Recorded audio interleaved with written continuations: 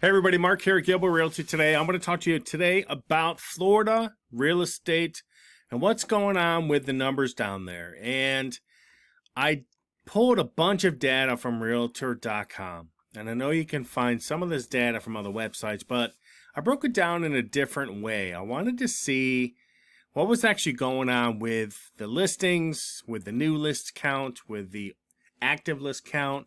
Let's see the difference. And let's kind of see what's going on with the percentages of price discounts. I will say that in today's market, the sellers have really one last hurrah in getting their home sold. And that always comes down to price, okay? Because when real estate starts going up, after the interest rates were down at 3%, 2.5% for some, buyers were out very plentiful. They're out and about. They had jobs. The economy was better. The sellers, they didn't really have to worry so much about price. Obviously, COVID helped quite a bit. And the fact of, it took a lot of buyers that would have bought in 2020 and 2021 and kind of clumped them all together, right? So it kind of created this huge bubble, this huge demand as always, which seems to be what the U.S. is used to. But what is happening now is a different scenario than it was 6 months ago, even a year ago. I would say even 2 months ago. I noticed back in October that the last rate hike, which got us near 8%, really hurt the real estate market. I think it took a lot of the air out of it. And I don't think them lowering rates is going to change a thing. They could lower rates down to 5%, 3%. It doesn't matter. I don't think we'll ever see 3% again. But even if it come down from 8 to 7, it's like 7.25 right now. It's not enough because prices, when you lower it, prices aren't coming down when they raise them to 8% very much. But they are starting to fall. And you will see typically states like Florida, Texas, California, Nevada, Arizona, places where a lot of people have been moving over the last decade or more. You see huge fluctuations in prices. You'll see major booms, and obviously you'll see major bust, like we saw recently in '08. So, and I would tell you that I was in lending in '08. I was also in real estate, but I was also in lending. I did a ton of loans. I did a million. I was probably the number one guy in half the state. Okay. And I had a lot of help. So not just me. I'm not saying it was all me, but I had a ton of help. But I will say that during that time, we knew in 2006 or 5 that something was coming. And it was very simple for us to point out.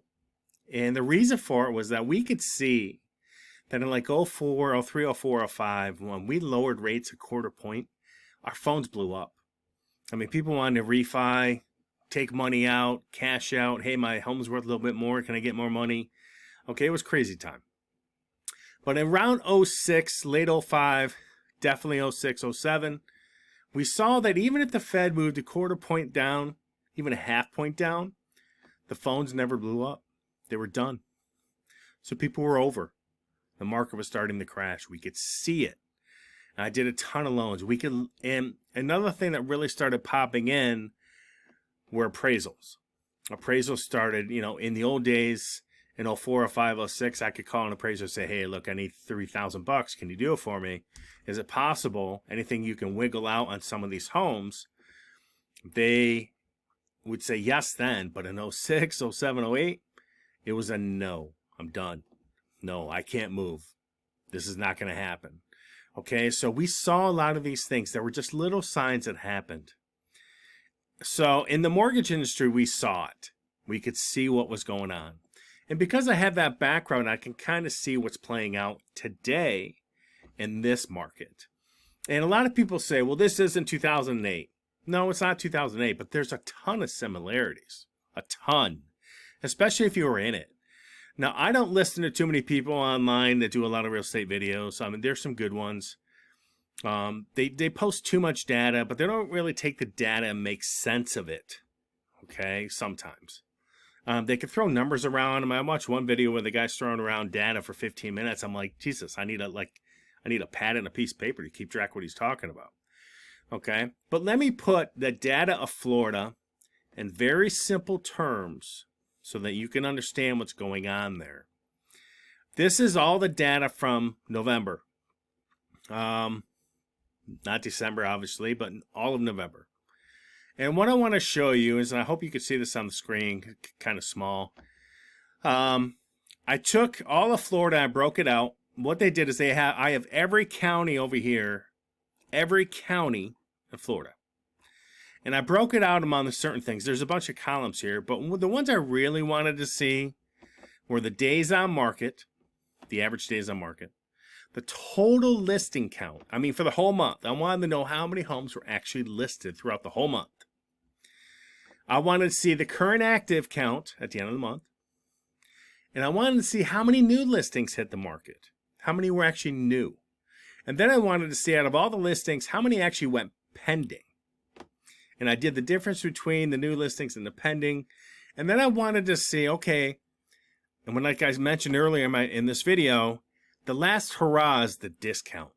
Okay, the sellers have one last, trick up their sleeve, and that's going to be price discounts. So let me show you what I did. Now bring it down here. I did all these numbers. Okay, the average days on market in Florida, the average, that's between all the counties added up and divided by whatever, how many number, is about 63 days. That tells me that it's not a really hot market anymore.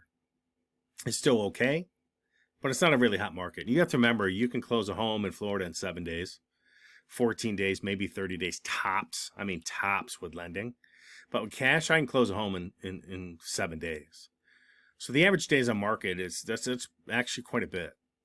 Considering that if I look at some of the other data from last year or the year before, things were on the market for what? Less than 9. So if you can see that you're looking from less than 10 days up to about 60, over 60 now, you're up over 600%. Okay?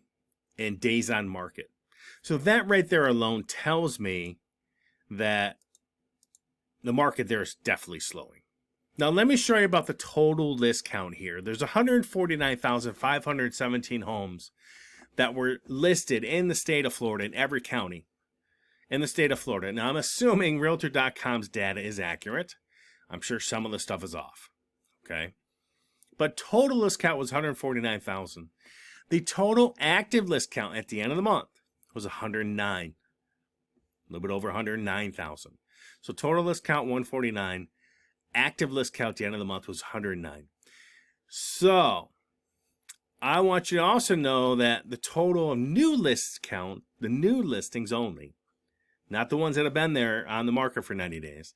New listings for the state of Florida were 38,710. The pending list count was 40,307. Now, if I take the difference between new list counts and pending, there's a difference of 1,597 homes. Okay? So that tells me that Florida's inventory dropped by about 1,600 homes in November. Okay? So it tells me that the market was okay. Not great, but there's a flood of inventory moving into these numbers. So if I have the active list count minus the total list count, it's about 40,000. That's where you get your pending. Okay? But I wanted to know, okay, look, if 38,710 new listings hit the market and then 40,000 went pending, obviously we had a very small, very minor drop in inventory, which was about 1,600 homes. So there's a ton of homes going on the market still. But what I wanted you to see in this video was that out of the 149,000 total listings, 41,000 of them were price reduced, which is about 27.22% of the total listings. That's quite a bit. So I expect this number to go up as long as inventory continues to go up. I expect the inventory to continue to rise in Florida. And I do expect prices to start coming down. Now, there's not going to be every county, because a lot of these counties are very small, like Liberty Union. There's some small ones, okay? But if I go to Miami-Dade, right here, obviously the biggest, most craziest county in the state, the total list count's 15,000, 14,600, so I just round up. Okay? So the total new listings were 3324. The total pending were 3302. So they had an increase of 22 total listings from the month of November. But 2,400, okay, of the total listings were reduced in price, which is about 20-something% of the total listings on the market in Miami. Okay. I could go down. There's Broward. Same thing. You're looking at 12,600 homes. 9,200 active list count. There was 3,200 new listings. 3,400 went pending. So there's a difference of about 250 homes in the inventory to the negative. Okay, so there was, at the end of November, there was 250 less homes. But there's so many homes in the market. There's 12,676 homes that were totally listed in Florida in this county alone that, you know, it's craziness. And 2,982 homes were discounted out of the 12.6, which is what? It's quite a bit. Okay. So I went through each one of the counties. I broke down the data. I wanted everybody to see, especially if you're looking in the Villages, Florida, you're looking at some other places, maybe Palm Beach, you're looking at a bunch of areas. You can see that the inventory in Florida has ballooned, skyrocketed. It's going to continue. The days on market have skyrocketed. It's going to continue. The active listing active listings currently at the end of the month are skyrocketing. Okay, the inventory dropped 1,500 homes, but that's peanuts compared to 159 total listings for the state. So, and I see 27.22% discount on these homes on total listings. So we are at the point in inventory, and not just Florida, this is many states across the board. We're at the point where the sellers have one last thing, and that is going to be discounts. So anyways, Mark here, Gilbo Realty. Just want to pass you along some of the data I yanked and just explain it to you a little bit better in the sense of I don't want to throw a million numbers out at you because you don't need to. Let's make real estate easy because it's not that complicated of a business. Okay, so anyways, have fun. If you have any questions, post them down below. I'll be happy to answer them. I try to answer questions. You know, I'll come back here in the next day or two, see if there's any conversations going on. If there's anything you think you'd like to see out of this data, I got every state and every county and every state. I can break that out for you as well. And if you have any questions, feel free to leave them in the comments below. Send me an email. Give me a call. I'll post all my information down below. And you have a great evening.